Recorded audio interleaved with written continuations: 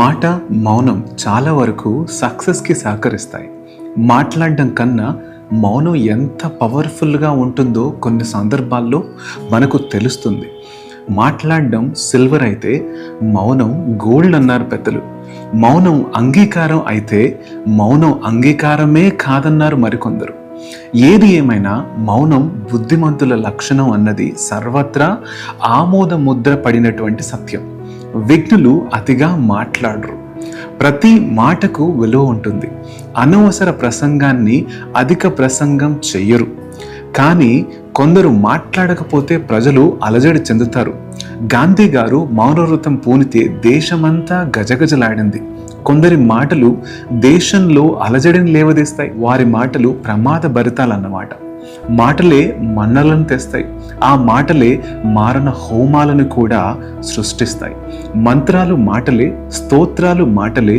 ప్రపంచం మాట మీదే సాగిపోతూ ఉంటుంది. రాజకీయ నాయకుల మాటల మీద నిలబడరనే అపప్రథ కూడా ప్రచారంలో ఉంది. మాటకు ప్రాణం ఇస్తానండి, నా మాట అంటే మాటే, నా మాటకు తిరుగులేదు, నాది ఒక్కటే మాట, ఒక్కటే బాట అనడం వింటూనే ఉంటాం. ఇవన్నీ సాధారణ సూక్తులు మాత్రమే. మాట కంటే మౌనం మోర్ పవర్ఫుల్. మాట మనిషి యొక్క స్వభావాన్ని వ్యక్తీకరిస్తుంది, వ్యక్తిత్వాన్ని నిరూపిస్తుంది. ఒక్క మాటతో మనిషి తత్వాన్ని గ్రహించవచ్చు. వారు ఏ ప్రాంతానికి చెందినవారో తెలుసుకోవచ్చును. మాట మానవుడిని మహనీయుని చేస్తుంది. అదే మాట మానవుడిని రాక్షసుని కూడా చేస్తుంది. మాట మంచితోనే లీడర్ కాగలడు. మాటలు క్రౌర్య స్వభావంతో దానవుడు కూడా కాగలడు. మనిషిని అమితంగా ఆకర్షించే మాట ఏది? తన పేరును ఇతరుల నోట మంచిగా వినడం కన్నా మంచి మాట మరేముంటుంది అంటారు Dale Carnegie, one of the famous professional speakers. పొగడ్తకు పడని వారు ఉండరు. ఎవరైనా సరే పొగిడితే తబ్బిబ్బైపోతారు, అంటే మనకి లొంగిపోతారు. మంచి మాటతో విషం తాగించవచ్చు, కానీ చెడు మాటలు చెప్పి పరమాన్నం తినిపించలేరు. బిజినెస్ ఫీల్డ్ అంతా మాటల మహిమల మీదే ఆధారపడి ఉంటుంది. మాట కంటే మౌనం, మౌనం కంటే అక్షరం మోర్ పవర్ఫుల్. మాట్లాడితే మనసులోని భావాలు తెలుస్తాయి. మౌనంలో మనకి ఏ భావాలు తెలియవు. దీనిని మౌన భాష అని కొందరు అంటారు. మౌనం కూడా భాష అని అభివర్ణించారు కూడా. ముఖాభినయం అంతా మౌనం మీదే సాగిపోతుంది. అందులో ఏ మాటలు ఉండవు. సమక్షంలో కానీ కొన్ని పనులు పరోక్షంలో ఫోను ద్వారా చెప్తే జరిగిపోతాయి. అంటే ఫోనులో చెప్పిన మాటలకు ప్రత్యక్షంగా చెప్పిన మాటలకు తేడా ఉంటుందని దాని అర్థం. మనిషిని చూశాక మాట మీద ఉండే విలువ వేరు. మనిషిని చూడకుండా కేవలం ఫోన్లో విన్న మాటల ద్వారా ఉన్నటువంటి గౌరవం వేరు. మాటల్లోని భాషను బట్టి దాని భావం మారుతుంది. మాటకు భాష ప్రాణం లాంటిది. మాట శరీరం అయితే భాష దాని ప్రాణం, ఆత్మ దాని భావం. రెండు హృదయాలను, రెండు దేశాలను, రెండు విభిన్న తత్వాలు గల వ్యక్తులను కలిపేది మాట. భాష, భావం. మాటలను జాగ్రత్తగా రానియాలి. దానివల్ల చాలా ప్రమాదాలు కూడా ఉంటాయి. మాటల అనర్థాలను, అర్థాలను క్షుణ్ణంగా తెలుసుకొని మరీ మాట్లాడడం మంచిది. రండి అంటే హిందీలో ముండా అని అర్థం. రండి అంటే తెలుగులో రమ్మనమని గౌరవంగా పిలవడం. అలాగే తెరీమా అంటే అరవంలో తెలుసా అని అర్థం. అంటే అదే ఉర్దూలో నీ అమ్మ అనే తిట్టు. అరవతను ముస్లిం సోదరుడు అవగాహన లేకుండా మాట్లాడుకుంటూ అరవతుడు తెరీమా అంటే పెద్ద పోట్లాటై పీకలు తెగుతాయి. నేరం అంటే అరవంలో టైం అనర్థం. అదే తెలుగులో దోషం అనర్థం. నెల్లూరి ప్రాంతంలో చెప్పును మెట్టు అంటారు. మనకి మెట్టు అంటే స్టెప్ అని అర్థం. ఇలా ఎన్నో ఉన్నాయి. మూడు అంటే అరవంలో ముయ్యి అని అర్థం. అదే తెలుగులో మూడు అనే అంకెకు అర్థం. విశాఖలో మీరు లావు అంటారు. మనకి లావు అంటే వలం అని అర్థం. విశాఖలో బుర్రా అంటే తల అని అర్థం. నైజాంలో కుర్రాడిని పోరగాడు అంటారు. విశాఖలో గుంటడు అంటారు. మనం అమ్మాయి అంటాం. నైజాంలో పోరి అంటారు. విశాఖలో గుంట అని అంటారు. ఇలా తెలుగులో అనేక ప్రాంతీయ భాషా తేడాలు ఉన్నాయి. సాంకేతికంగా మనం ఎంతో పురోగతి తెచ్చుకున్నాము. అయినా భాషలో ఏమాత్రం తేడా లేదు, పురోగమనం లేదు. భాషలో సంస్కారం తేవాలి. తెలుగునంతా ప్రక్షాళన చేయాలి. తెలుగులో ప్రామాణిక భాషను వెలువరించాలి. తెలంగాణ తెలుగని, నెల్లూరు తెలుగని, మద్రాసు తెలుగని, విశాఖ తెలుగని తేడాలు ఉండరాదు. విజయం సాధించాలనుకునే వారికి కూడా సహనం ఉండాలి, సామర్థ్యం ఉండాలి, సంస్కారం ఉండాలి, సచ్ఛిలత ఉండాలి, సహృదయత ఉండాలి, సామరస్యత ఉండాలి, సానుభూతితో కలిగినటువంటి మనసు ఉండాలి. ప్రతి వ్యక్తిని సద్భావంతో చూడాలి. మాట మంచి మందు ప్రతి శరీరానికి, ప్రతి వ్యాధికి. మాటే మంచి మందుగుండు కూడా. తెలుగు భాషలో ఎన్నో చమత్కారాలు మనకు ఇలా కనిపిస్తూ ఉంటాయి. ఉదాహరణకి సమస్యల తోరణం ఉందనుకోండి, దాని సమస్యల తోరణం అని చదవవచ్చును, దానినే సమస్యలతో రణం అని కూడా చదవవచ్చును. అలాగే దయచేయండి అంటే రమ్మని అనడానికి, దానిని పొమ్మని అనడానికి కూడా ఉపయోగించవచ్చు. చూసారు కదా, ఇలా ఎన్నో భాషకు సంబంధించినటువంటి విషయాలు. ఒకరికి మంచి, ఇంకొకరికి చెడు.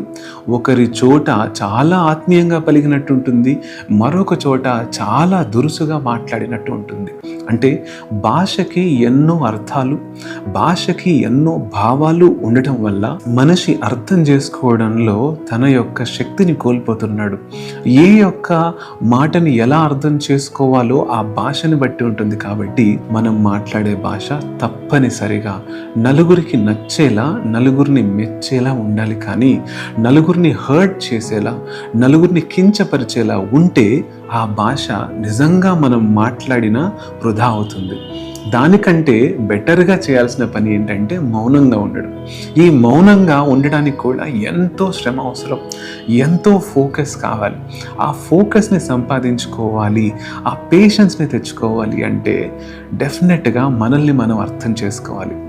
ఒక కోడల్ని తిట్టినటువంటి అత్త తను ఆత్మవిమర్శ చేసుకొని నేను ఒక మనిషిని బాధ పెట్టాను అని అనుకుంటుందా అంటే లేదు. తనకెప్పటికీ వయసులో పెద్దదాన్ని, అనుభవంలో పెద్దదాన్ని, ఎన్నో జీవితాలు చూసిన దాన్ని, ఎన్నో విషయాలు నేర్చుకున్న దాన్ని, ఎన్నో శ్రమలు పడిన దాన్ని అన్న ఫీలింగే ఉంటుంది. కానీ నేను ఒక మనిషిని బాధ పెట్టాను అని మాత్రం ఉండదు.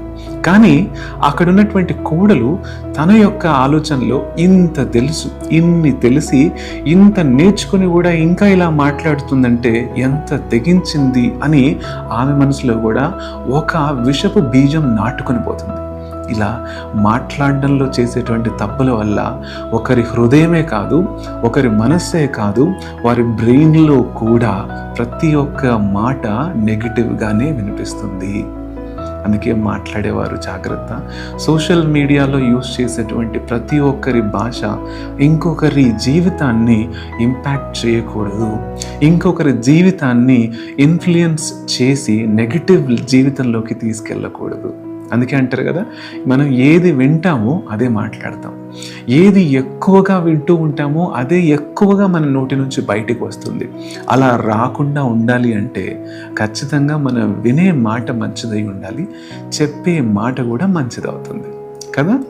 ఈరోజు మీరు తెలుసుకున్న విషయం ఏంటంటే మాటల్లో విభేదాలు ఎక్కువగా ఉంటాయి, మాటల్లో నష్టాలు ఎక్కువగా ఉంటాయి.